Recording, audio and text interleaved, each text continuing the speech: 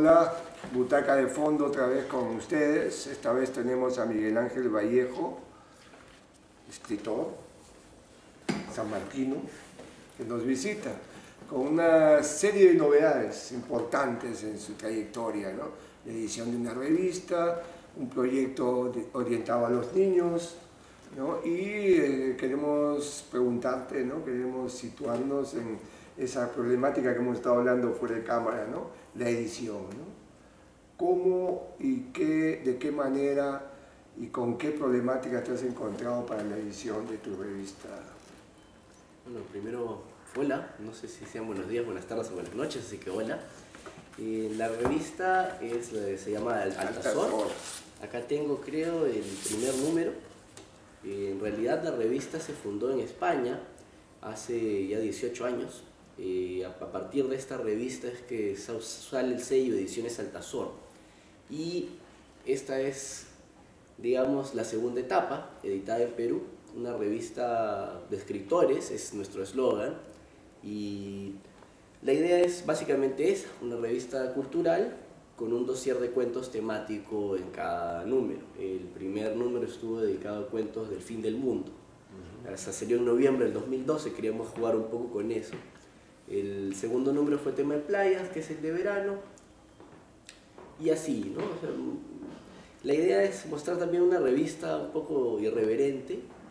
Hay muchos temas culturales tocados con un enfoque periodístico, noticioso, y poco a poco además hemos ido mutando en el tiempo, ¿no? Cada vez han ido apareciendo, por ejemplo, más cómics, y ahora hay reseñas de conciertos importantes o no tanto, cosas que sean buenos, reseñas de libros, la cuestión clásica de una revista.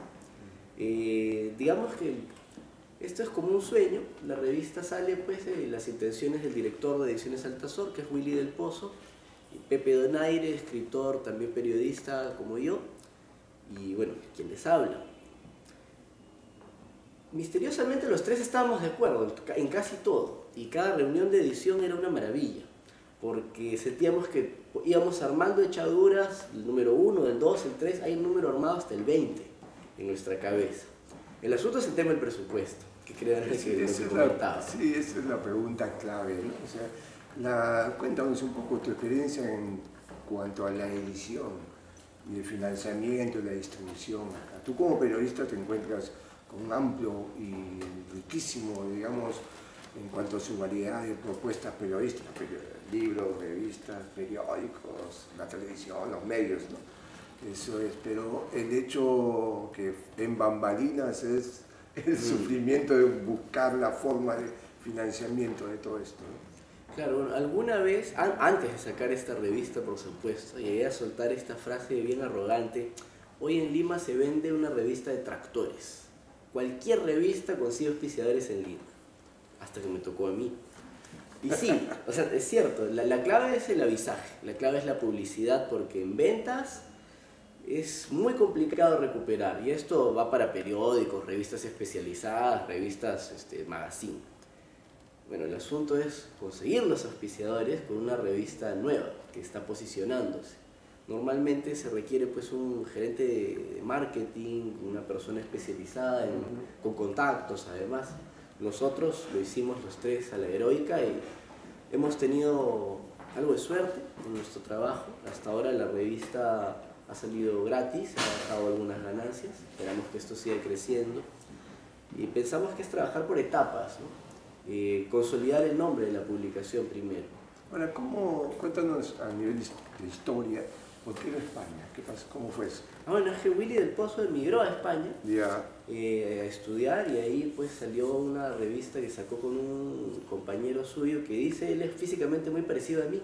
Entonces yo no sé si me eligió para esta segunda etapa por mi aspecto físico o por alguna habilidad escondida que yo tenga. Ahí es donde, bueno, se funda Ediciones Altazor también. Es curioso porque era una revista de literatura especializada, muy irreverente. Willy del Pozo tenía también pues 18 años menos. Claro. Y se convierte en la editorial, que ya tiene como 600 títulos publicados. Lo curioso es que de la editorial se regrese a la revista. Esta, digamos, esta hazaña, digamos, de mantener y de evolucionar sobre todo confrontarse con las exigencias de un mercado, te hace también que ustedes tengan que, digamos, aparte de conocerse, profundizar también en el fluctuante mercado de la no lectura que tenemos acá, ¿no? Ah, claro. ¿Cómo se han encontrado frente a eso? Porque veo también que tienes ediciones de cuentos para niños. Claro, es una serie de libros para niños sobre la elefanta Flor. Ahí está el primero. Van ya 3 ediciones. Bueno, el personaje es una elefanta que no conoce cuál es su origen ni quiénes son sus padres. Trabajaba en un circo viajero que quiebra cuando llegan al Perú. Entonces ella decide encontrar pues cuál es su hogar y para qué es buena. Así que empieza una larga serie de aventuras, como un road trip. Ya van 3 libros y bueno, ha sacado hasta peluche. Está lindo peluche, realmente. Aparte la estrategia para conectar con los lectores. Ahora, yo veo que ustedes están pero muy al tanto de todas las niveles y estrategias, como acabas de decir, de posicionamiento, de búsqueda de llegar a un público, ¿no? Tienen esa, digamos, lo que no tienen muchos, ¿no? Que no se adaptan y no evolucionan hacia el mercado, ¿no? Bueno, yo creo que sí debe haber un purismo en el sentido de que uno debe escribir lo que sienta que debe escribir, ¿no? Hay un compromiso con la literatura, con la ficción, con la sociedad. Pero ¿qué haces tú cuando te confrontas con un mercado que no muchos segmentos no leen o no entienden lo que leen? Ahí viene el paso al rol de escritor a editor. Y es que, bueno, hay una premisa, ¿no? Primero que es que yo creo que nunca se ha leído más que hoy en el Perú. Que comparativamente hablando con otros países estemos mal, de acuerdo. Pero cuando yo empecé a estudiar literatura hace algunos años, no muchos, la literatura era un oficio de vagos y la lectura era perder el tiempo. Entonces hoy por lo menos está la idea de que leer es bueno. Nadie sabe para qué, pero de que es bueno. Y ya entrando en el plano de las estrategias de difusión, pues creo que el cuento, si bien pues como mercado editorial los libros de cuento no están bien posicionados, han sucumbido frente a la novela, cuentos sin embargo una buena forma de llegar al que no está habituado a la lectura, porque son 1000 palabras. O sea, puede leerlo en el metropolitano, en el tren eléctrico, en el baño, en alguna combi que no tenga mucha gente, mientras espera algo. Entonces, por eso hemos intentado llegar con el cuento. Lo otro es, ¿por qué negarse a temas que puedan ser de interés? A fin de cuentas, hablaba primero el compromiso del escritor de hacer lo que sienta suyo, pero ¿qué pasa si el escritor siente suyo un tema como el fin del mundo? En noviembre de 2012, cuando todo el mundo está con una suerte de psicosis al respecto. O además son temas libres, es decir, uno puede zurrarse en el fin del mundo, burlarse de los que creen en eso. En el especial de playas hay cuentos pues, que no son sol, alegría y felicidad, ¿no? Sino que son un poco más duros. Entonces es un tema que pueda generar interés a partir del periodismo. Ya ha trabajado con total libertad por los autores participantes en cada antología, ¿no? Y es una forma de acercarse al público, porque si no vamos a depender siempre del plan lector. Claro. En el Perú se lee en los colegios por el plan lector, que es una muy buena cosa para editoriales independientes, que bueno, hace que los chicos lean, en algunos casos 4, en otros hasta 12 libros al año, que puede mejorarse todavía, ¿no? Falta afinar pues detalles en el compromiso del docente, la capacitación del docente, la retribución al docente por esta capacitación. Y también pues algunos prejuicios, ¿no? El plan lector, el 99% de libros que se leen son narrativos. O sea, mala época para ser poeta. Siempre. Sí, no ha cambiado. Es verdad. Ahora, tú como periodista, ¿cómo ves este asunto de la globalización y el asunto del cambio o de la no presencia en los periódicos de la cultura? No vemos escritores, poetas, no vemos la difusión de sus creaciones, estamos metidos en una industria del espectáculo, digamos, ¿no? ¿Cómo ves esto? No, discúlpense, primero el Publicherry, acaba de salir a la venta del diario de hoy. Te felicito, ¿no? Se abre la página web del diariodehoy.p Y el diario de hoy se llama. El diario de hoy, que tiene una sección cultural que tengo el placer de editar. O sea, hay una sección cultural nueva. Pero sí, la tendencia es más bien lo contrario, ¿no? Empezaron cerrando la de gestión, Luces se convirtió en una mixtura con espectáculos. El comercio también cambió. Perú 21 también cerró su sección, Correo, y así, ¿no? Achican espacios. Pero yo veo que hay otro enfoque, que es escritores, artistas tienen lugar en las secciones de economía o de locales. ¿Por qué? Porque hacen una intervención en la calle, entonces es una noticia local. O es una empresa ya de 30 y tantos años, pienso en los cusicusi títeres. ¿Cómo haces para vivir de hacer títeres en este país? Más de 3 décadas, economía. Es un elenco de bailarines de comas, historia de vida, emprendedores. Lo que pasa es que la noticia se está enfocando desde otro lado, no desde el plano estético o la propuesta política, el contenido, sino desde el aspecto noticioso. Entonces ahí sí creo que hay una sociedad del espectáculo, como decía Vargas Llosa, una banalización de ciertos aspectos. Pero desde el otro lado, pues si tenemos un público poco acostumbrado a ciertas manifestaciones culturales, de pronto hablar pues de la búsqueda del inconsciente en tal o cual obra de teatro, pues no resulta siendo atractivo para el lector. Entonces es mejor hablar de cómo se financia una obra de teatro, los recursos visuales de la puesta, mira, van a hacer teatro de sombras. Entonces, ese tipo de enfoques, o la historia de vida, ¿no?, de un creador de teatro, lo humaniza y lo acerca al público. Yo creo que es una posibilidad que deberíamos aprovechar ante pues, la falta de espacios para cultura en medios. Pero también están los medios alternativos como este donde estamos ahora. Claro, esa es una manera muy eficaz también de ampliar, digamos, la llegada, pero también implica velocidades en la net. No todos pueden entrar y ver, ¿no?, el canal.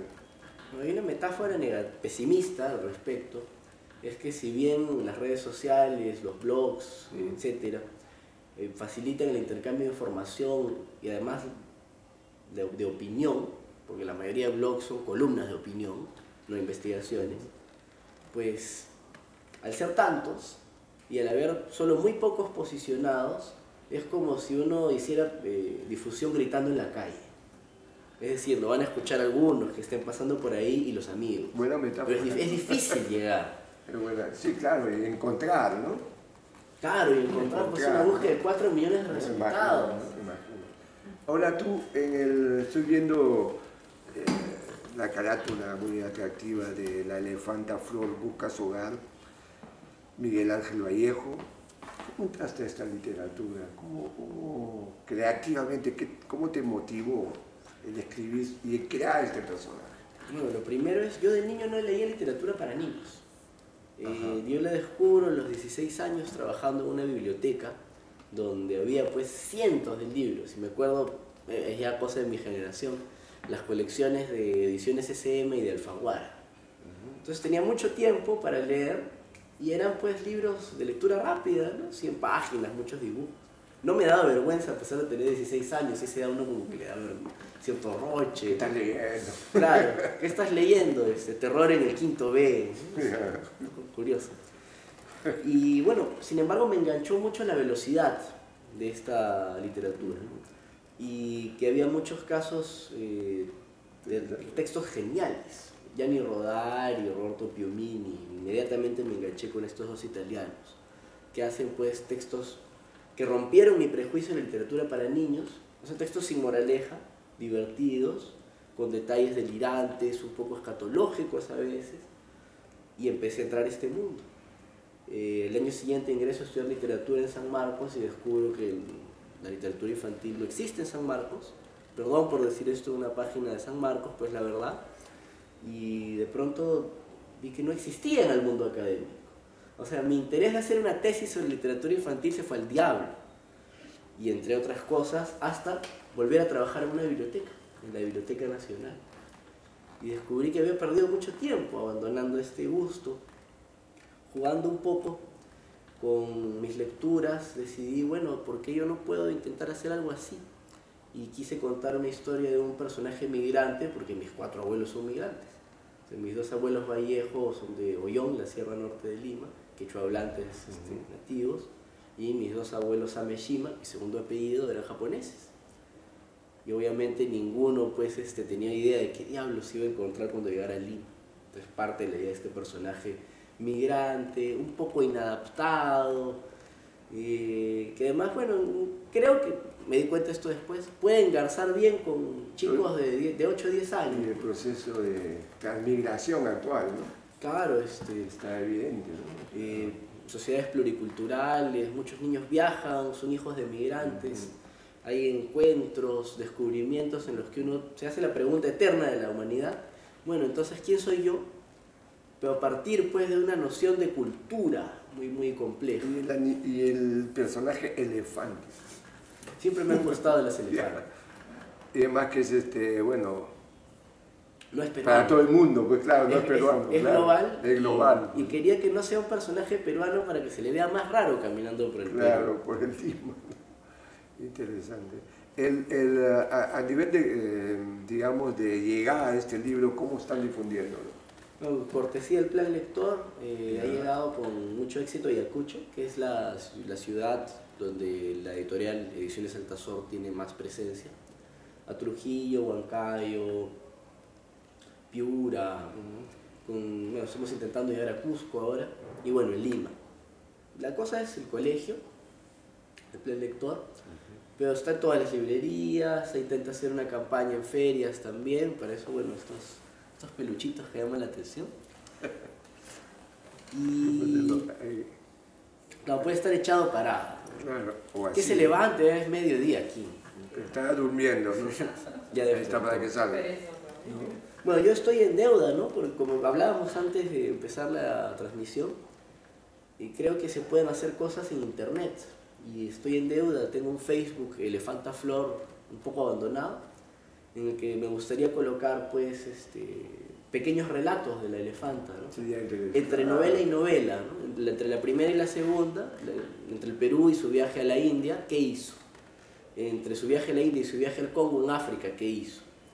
O sea, ofrecerle algo más al lector, que creo es una obligación, ¿no? Internet es una posibilidad, pero también nos hace trabajar más. Y claro, pero son retos también. Es un reto. En Altazor yo he visto que tienen también segmentos, digamos, cintas o, digamos, banda dibujada, ¿no? ¿Y no has pensado en este personaje para esto? ¿No? Podría para ser. Animación, ¿no? Podría ser, el sueño es colocarlo como una película, ¿no? Como cortometrajes. Que sería... Como capítulos para los niños. Sería un sueño, ¿no? De hecho, además, para mí la lógica muchas veces es empezar por internet. Ofreces algunas pequeñas cosas, tratas de que sea conocido y con eso puedes conseguir auspicios para una película. Bueno, el caso pues que te comentaba antes, ¿no? El diario de Greg, de un historietista norteamericano. El tipo trabajaba como diseñador en un periódico, odiaba su trabajo. Jeff Wilkins, me parece. Jeff Wilkins. Odiaba su trabajo y él hacía cómics. Era 1996, internet en Estados Unidos era otra cosa como era acá, y empezó a subir sus tiras. Como había pues el 1% de páginas web que hay hoy en internet en 1996, hizo un boom de visitas. Hoy es uno de los libros más vendidos del mercado.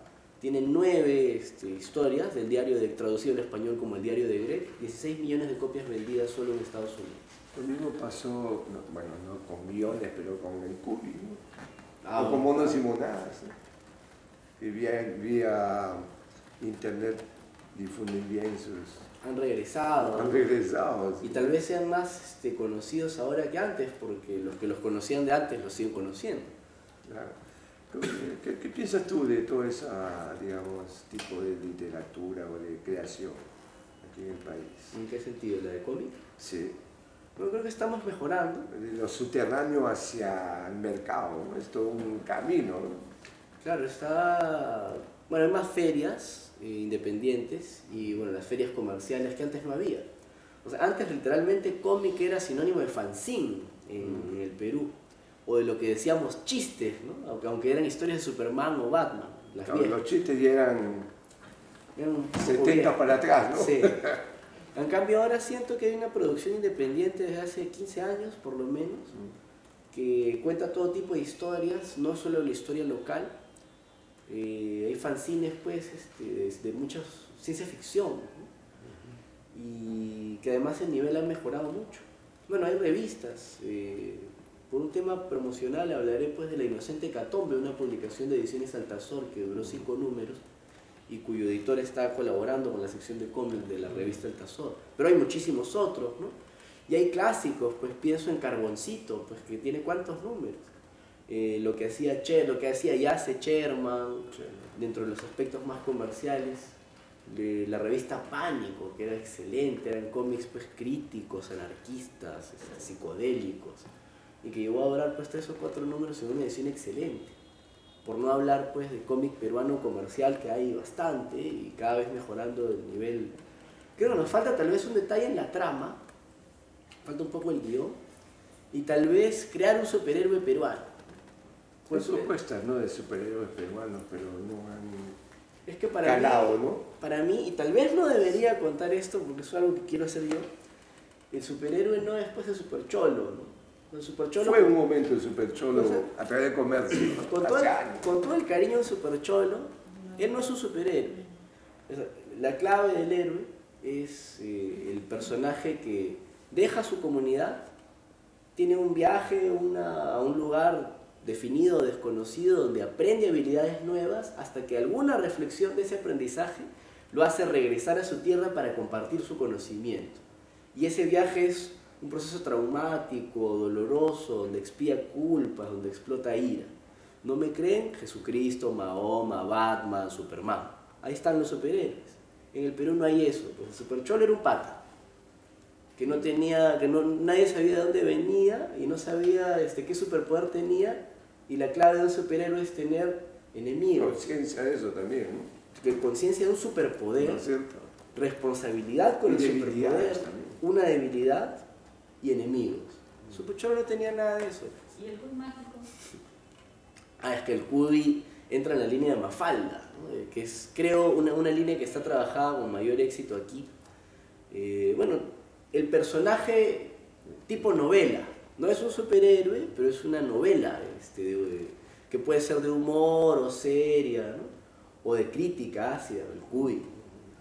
Bueno, incluso pues ahí estamos avanzando, ¿no? Creo que el Cuy sigue siendo insuperable hasta ahora, ¿no? Tal vez el perro Lito de Sherman entre los más jóvenes, pero hasta ahora no, el Cuy ha marcado. El Cuy es el que prevalece. Y sigue, ¿no? Y en la internet sigue. No, y lo del Cuy mágico, la publicidad también. Claro, también. El Cuy mágico es otro Cuy. Estás hablando del Cuy mágico, claro. Y también podrías llegar a los Pepe Cuy, ¿no? Claro, por eso. Todo es un problema mediático, digamos, Sí, ¿no? pues a uno ya le da remordimiento cuando come Cuy. No me imagino. Tú como periodista, como escritor, como artista, ¿cómo ves nuestro país? ¿Cómo ves tú como joven creador esta era, esta etapa que te toca vivir a ti creativamente y también vivencialmente? ¿Cómo estás viendo el país? Bueno, cuando me levanto con humor, agradezco muchísimo vivir en una época tan tranquila. En realidad, pues, yo nací en 1983, la época sombría desde cuando yo era niño. O sea, de hecho me ha marcado, pero bueno. Pasaste la época. Claro. Protegido, me imagino. Ya de adolescente, pues, también hubo algunos problemas, ¿no? por todos conocidos. Pero digamos, es un mundo más tranquilo que el de los 80s.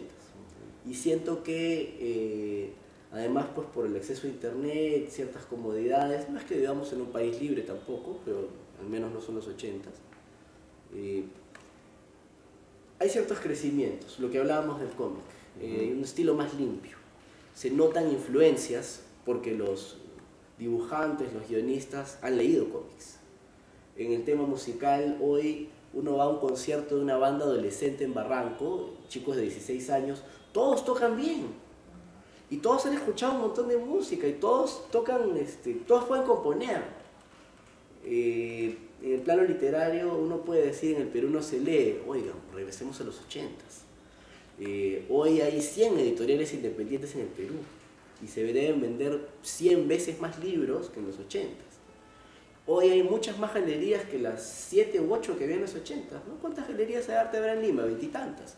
y centros culturales muy dinámicos, ¿no? El de San Marcos, donde estamos, la Católica, el Miraflores, la Municipalidad de Lima.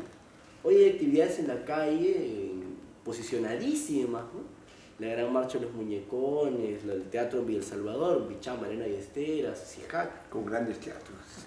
Y con escenarios muy bonitos, facilidades y habilidad de producción. Es interesante tu visión positiva. Digamos. Pero tengo una visión negativa. ¿Cuál es?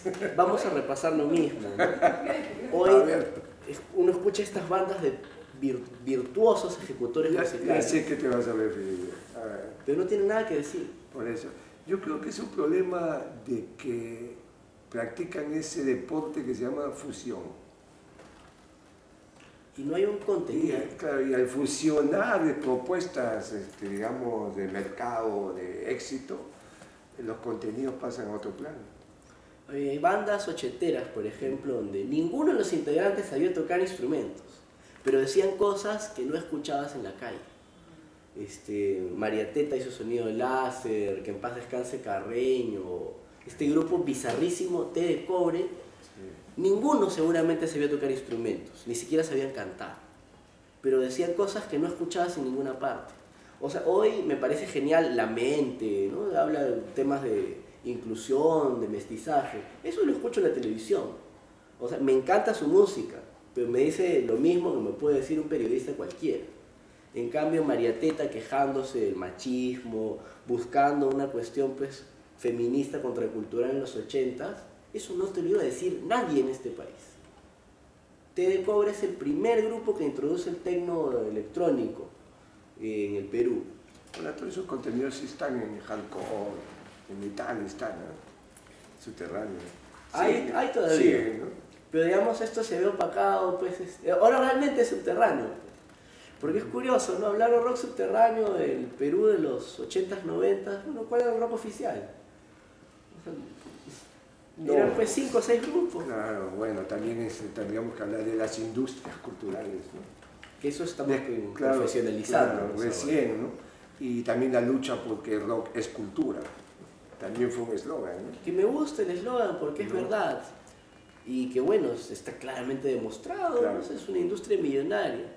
Ahora, tú hablabas fuera de cámaras sobre el asunto de las ediciones y de las exigencias del mercado, digamos, y cómo posicionan o condicionan la escritura también de algunos productos. Es un asunto de la globalización. ¿Cierto? Y lo mismo está pasando en todas las artes, ¿no? La pintura, el cine. No, este detalle, para retomar solo un breve momento lo del rock. Decir que rock es cultura, totalmente de acuerdo, pero es un poquito pues pedirle permiso a tu papá para hacer rock, ¿no? Y el rock no debería pedirle permiso a nadie. O sea, el rock es cultura, sí, ya sé. Y... Lo que pasa es que el hecho de superar el garaje, ya agota esa posibilidad si no se supera el garaje. Entonces, después confrontarse con la ciudad para transformar tu expresión en cultura, ya es una carrera. Sí, y una domesticación también del espíritu original. Y claro, y una adaptación a ese mercado, digamos. Y por eso es que me parece estéril a mí mucho de las propuestas, ¿no? Repiten o fotocopian, digamos, los contenidos, ¿no? Que es curioso, ¿no? Porque... No salen del amor, ¿no? Pero en algún momento fue contracultura. Claro, pero ligado a todo el movimiento político y a todo lo ideológico de las épocas. Bueno, en el mercado editorial, digamos, de literatura, también hay algunas exigencias. Cuéntanos un poco de eso, porque me estabas contando algo interesante sobre... No hay representantes, comenzaste con eso. Claro, en el Perú no hay agentes literarios. Yeah. Uno debe buscar un agente literario fuera del Perú, normalmente en España o Argentina. En México también hay algunos, pero estamos más lejos. Y la verdad no estoy muy enterado. El tema es pues que se exige una literatura con lenguaje estándar. O sea, mira causa, no me vengas con vainas de peruanismos. Habla en español para que te entienda todo el lector de español. Y las innovaciones técnicas, las innovaciones a nivel de discurso o temas muy específicos locales tampoco son permitidas, ¿no? Porque buscan un lector masivo, acostumbrado a un tipo de literatura, ¿no? Y bueno, es lo que se edita. O sea, pero eso es terrible, ¿no? es una estandarización. Si no me cree, vaya usted, revise pues literatura latinoamericana reciente editada por Alfaguara o por Planeta y encuéntreme una sola novela que no encaje con lo que le estoy diciendo. Puede poner el comentario en el blog, me dice qué novela es, voy inmediatamente a leerla porque no he encontrado ninguna hasta hoy. Sería un descubrimiento. Sería un descubrimiento. O sea, hoy no podría existir el boom latinoamericano a nivel tan masivo. Las editoriales no lo permitirían. Ahora, claro, y eso es una muy buena, digamos, pregunta, ¿no? Que sale. ¿Qué pasaría o en qué están estos escritores ahora? Editoriales independientes. Esa es la alternativa, digamos. Claro, que además, bueno, habría que relativizar independiente, ¿no? Porque hay editoriales. Editorial San Marcos, que usurpa el nombre de la universidad, porque no es de la universidad, ya no es independiente, creo. O sea, tiene tirajes altos y hay libros de esta editorial muy buenos que superan los 30.000 ejemplares vendidos. Altazor misma tiene libros con 16.000, 18.000 ejemplares vendidos. O sea, por momentos las independientes ya no deben ser asociadas con tiraje bajo y difusión restringida. Claro, más bien es el análisis sería por el contenido y qué publica, ¿no? Sería por el contenido y porque, bueno, o sea, los 30.000 de Editorial San Marcos no se comparan con el millón del Alfaguara. Además. Sigue siendo algo local. Pero habría que a ver. nivel mundial, obviamente, bueno, como el cine, ¿no? Es igual. El cine. Una película peruana va a 4 o 5 cines y una película en coproducción va a 80, ¿no? A su madre. ¿La viste la película? Sí. ¿Y qué tal? Bueno, me sorprendió. Yo fui del prejuicio negativo, pero oye, qué nivel de producción tan bueno. O sea, la producción es impecable. Creo que pocas películas peruanas han tenido ese nivel de producción, imagino por el nivel de financiamiento. La película es buena, si vas a buscar algo entretenido. Y bueno, es una fórmula, ¿no? De exitosa. Probablemente la van a repetir. Vamos a ver qué tal sale la secuela. Mañana sale Melcochita. Bueno, van a filmar Así es la vida. Al fondo hay sitio. Al fondo hay sitio se llama. Claro, que creo que el cine comercial tiene un espacio. Debe tener, claro. No creo pues que el cine tenga que educar a nadie. El cine no tiene que educar, para mí, no tiene que educar a nadie, ni siquiera en aspectos cinematográficos. Uno es quien decide educarse viendo ciertas películas. Y hay un nivel de educación en cine comercial también. Yo creo que una cosa no quita la otra, ¿no? Se ha armado toda esta polémica. Sobre educación, informar, formar y entretener. Claro, los además 4 puntos. Sobre financiamiento del Estado, ¿no? El Estado ha financiado un montón de cosas alrededor del planeta en la historia de la humanidad. Los westerns y las películas de guerra norteamericanas eran financiadas por el gobierno gringo. Claro, estaban en guerra, ¿no? Y era pues algo para posicionar una imagen. Sí, claro, Corea, la Segunda Guerra, Vietnam, ¿no? Estaban en guerra. Pero igualito están ahora, ¿no? Sí, claro, lo que pasa que lo mismo que sucede en la literatura o en la plástica o en el teatro, el cine también pasa porque el problema es no hay un camino hacia la industria, no hay una cadena que propicie la industrialización. Y hay que ver Entonces, también... estamos en la etapa de apoyo estatal.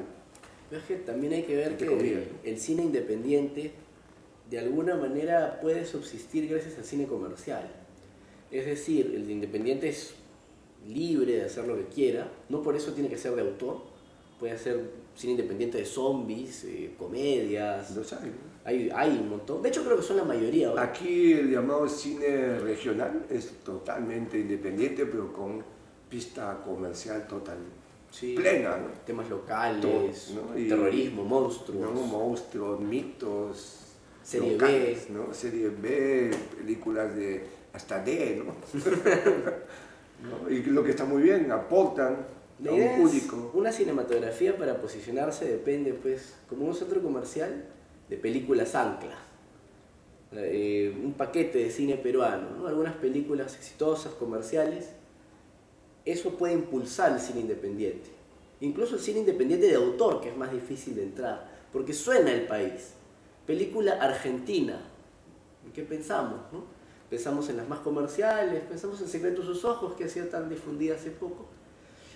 Pero eso aporta, pues. Entonces, película argentina, ah, mira, una pequeña sonrisa. Ahí. La que fue convocada al Oscar. Como película. Se habló de desaparecidos. Pero yo lo trato de vincular a la literatura también, porque en el sentido de que, insisto, no tenemos esa base industrial. ¿No? Ustedes para el periodismo, bueno, tienen una gran base, digamos, articulada en base a la tradición y las grandes empresas, ¿no? Pero el cine no lo tiene. Y es necesaria una legislación. Y el Ministerio de Cultura no procesa esa legislación. Lo mismo sucede con ustedes en la edición y la distribución y la venta. Ese proceso en el cine está cortado, ¿no? Bueno, además acá hubo un cambio dramático, ¿no? ¿Te acuerdas? Los 80s, que había una cuota, pues, ¿no? De semanas que tenía que durar una película peruana en el cine, comparando con películas extranjeras. Bueno, un proteccionismo de alguna manera. Ver, voy a tratar de contarte, ¿no? El problema es que en la exhibición es un monopolio transnacional, ligado a las cadenas de multicines, que este recurso frente a la caída de los grandes cines de 1000 butacas, que ya no existen, son iglesias ahora. Entonces los multicines son socios de las transnacionales. Hablamos de las mayores, o sea, Paramount, Hollywood, ¿no? En medio de eso, ellos aplican un sistema que se llama rotación. Cada película nuestra, blockbuster, éxito asegurado y distribuido en el mundo, solamente va 2 semanas acá y llenas tu plata. Ellos se llevan el dinero. ¿Cómo metes una película peruana que aparece una cada 2 años? Es un lío con los exhibidores y con los distribuidores. La legislación del 94 de Fujimori llegó solamente a un premio, a un concurso con un dinero que iba a dar el Estado, que en lugar de dar el millón daba 300.000, por decir, como generalidad, y que el concurso era ganado por algunas empresas que tenían la capacidad de producir. Así pasaron 20 años. Pero yo siento que hay una realidad distinta ahora, que hay, bueno, por el financiamiento nacional, creo que hasta Claudia Llosa firma con Conacine, ha habido pues mayor cantidad de películas, y que hemos hecho una industria interesante, al margen de Asomad.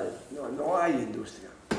Pero lo que hay es un apoyo de este ley concurso a ciertos cines que tienen la capacidad de producir y de conseguir auspiciadores. O sea, coproductores. A eso iba, que la industria es interesante afuera.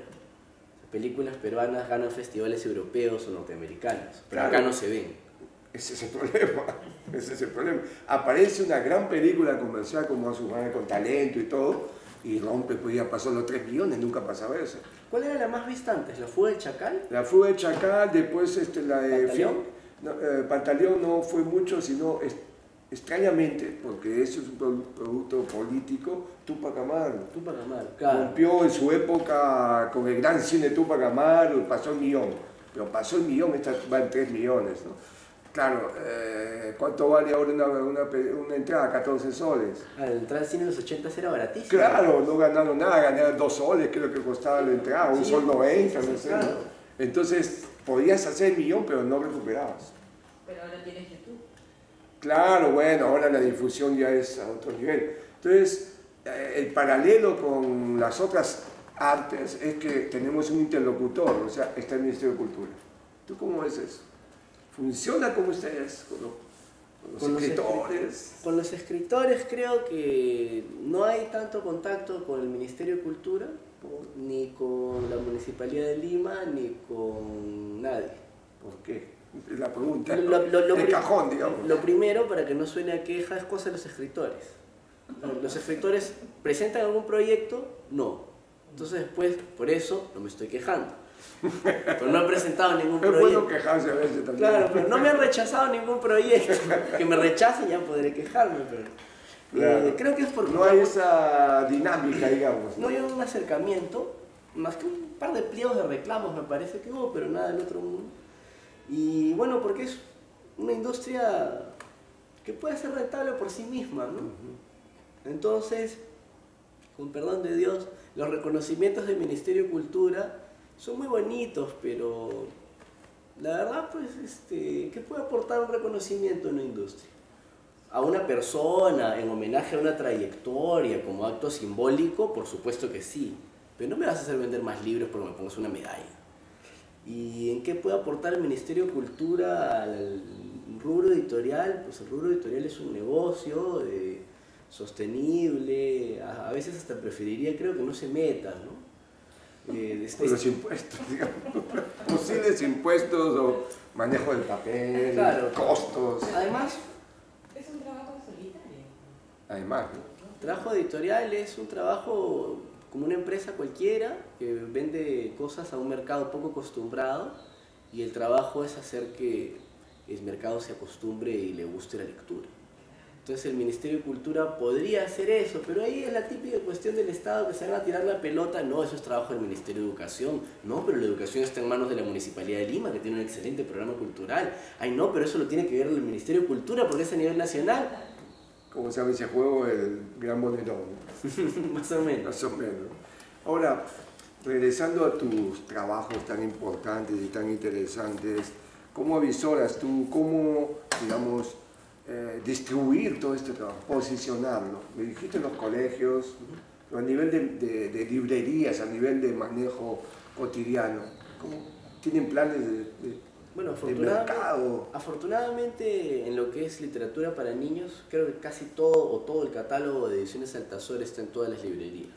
Bueno, El Elefante está en todas las cadenas de librerías, las dos primeras, la tercera está recién ¿Y cómo le va? distribuyéndose. Le va más o menos bien.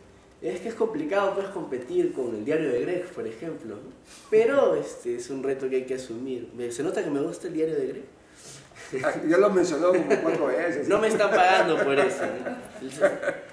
Bueno, ¿Quién hace los dibujos? acá es Edwin Flores, un Edwin Flores. ilustrador exclusivo de la editorial. Ajá. Bueno, como te comentaba, ¿no? Es entrar por internet, ver cómo en algún momento, esto es una propuesta ambiciosa, llegar a kioscos. Sería, ¿no? Es de literatura, al menos la infantil, juvenil, que la juvenil ya lo ha hecho. Y ligados a los periódicos, con su brochure aquí, también podría ser, ¿no? Si algún periódico estuviera interesado, Y algunos todavía- medios se interesan con películas, ¿eh? Sí, con películas. Pero es igual, pues agarran películas clásicas, no apuestan por una Por lo cuestión nuevo. novedosa. Dime, estás en tu universidad. Me contabas que jugabas fútbol acá. Claro. Cuéntame De hecho, eso. De hecho, quería decir eso al empezar la entrevista, No, pero- pero me pareció falta de respeto. No, por pero- eso, lo dejamos ahora. Cuéntanos qué pasó, cómo es. Lo que pasa es que estamos en un set y una oficina maravillosa. Yo de verdad me he quedado sorprendido al entrar. Pero esto no era así hace 7 años, ¿no? Cuando estaba acá en un proyecto de intervención en Teatro de San Marcos.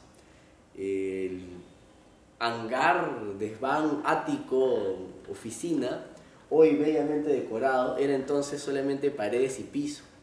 Y para entretenernos con mi compañero en el proyecto, se llamaba Vía Viento, jugábamos fulbito con una pelota de plástico acá, pues, ¿no? Esas que tienen chinchoncitos y Que todo. rebota. Muy bien. Que rebotaba en las paredes y generaba, por supuesto, la incomodidad de Marta Segarra, Aranzazú Hopkins, que hasta ahora tal vez recuerden pues las tardes que les molestamos la vida con pelotazos. Cuéntanos de Vía Viento. No Vía Viento es un proyecto de intervención financiado por el Teatro de San Marcos en el 2005, cuando organizaban los concursos de proyectos artísticos interdisciplinarios. Nosotros con Lucho Pacora tuvimos la suerte de ganar la segunda edición en 2005. ¿Quién estaba en la dirección de acá? Estaba Ana Zavala, Ana Sabana. el tiempo de Ana Zavala. Y Cuevas, Carlos Cuevas. No, esto, Creo que sí. bueno, el detalle fue que nos financiaron un sueño, que era diseñar afiches en base a entrevistas, trabajo de campo, focus con transportistas y comunidad en general sobre el transporte y sobre Lima. Entonces los afiches incluían una imagen, un titular, digamos, y un texto explicativo de cómo se vinculaba la imagen con el texto. O sea, por ejemplo, hay una que fue la más espectacular, ¿no? Foto de un cobrador joven atorado en una combi diminuta en Puente Nuevo, sonriendo así, con un polo muy irónico, que el polo decía, hay dos clases de personas en el mundo, yo y los que quieren ser como yo. O sea, la foto era esa, optimista, un poco chicha, pero el titular era espectacular, ¿no? Oye, serrano de mierda, ¿cuál es tu mamita? Era muy provocador. ¿Cómo explicas eso? Porque ese era el testimonio de un cobrador también en 1972. Era un amigo, Cirilo Carguas, que trabaja en la empresa Covida, la Ruta B, a quien con pocas semanas en Lima incluso, empieza a trabajar de ayudante y le pide a una señora en el micro, señora, mamita, por favor avance. Entonces la señora tal vez lo tomó como una ofensa, fue racismo puro, y le dijo eso. En 72. 72, claro, Entonces, era racismo puro. Hoy le dices mamita. Mamita era... Claro. Entonces la idea era esa, hay otros que tocan tema de migración hacia el extranjero. 2005, ¿no? Todavía nos íbamos por hordas del Perú, ahora ya nadie se va, ahora más bien vuelve. Ahora, y viene. Y ahora vuelve. Y así, ¿no? Temas del mismo transporte público, el tránsito, la época del terrorismo, etc. Esto además se pegó en unidades de transporte público. Imprimimos 2500 y fuimos a pegar pues a cada paradero de cada empresa de transportes con las que habíamos trabajado en la investigación. No sé si se acuerdan todavía, porque algunos en la Covida duraron años. Se ven algunos, sí. En la Covida duraron años, les dio flojera sacarlos, o sus lunas estaban muy viejas, tenían miedo de romperlos. En la empresa Carmen de la Punta, que pasa por acá, por Abancay, en la 18, la Translima. Y así en la Virgen de Cocharcas, pues la empresa de transportes más antigua que aún sobrevive. Entonces pegaban en el micro y la idea era pues que alguien sonrisas, ¿no? Mirara la foto, a veces era una foto de Lima, pero a la vez estás viendo Lima, ¿no? Como una cosa muy linda, la muestra de fotografía de Morgana Vargas Llosa que está en la estación del tren eléctrico ahora.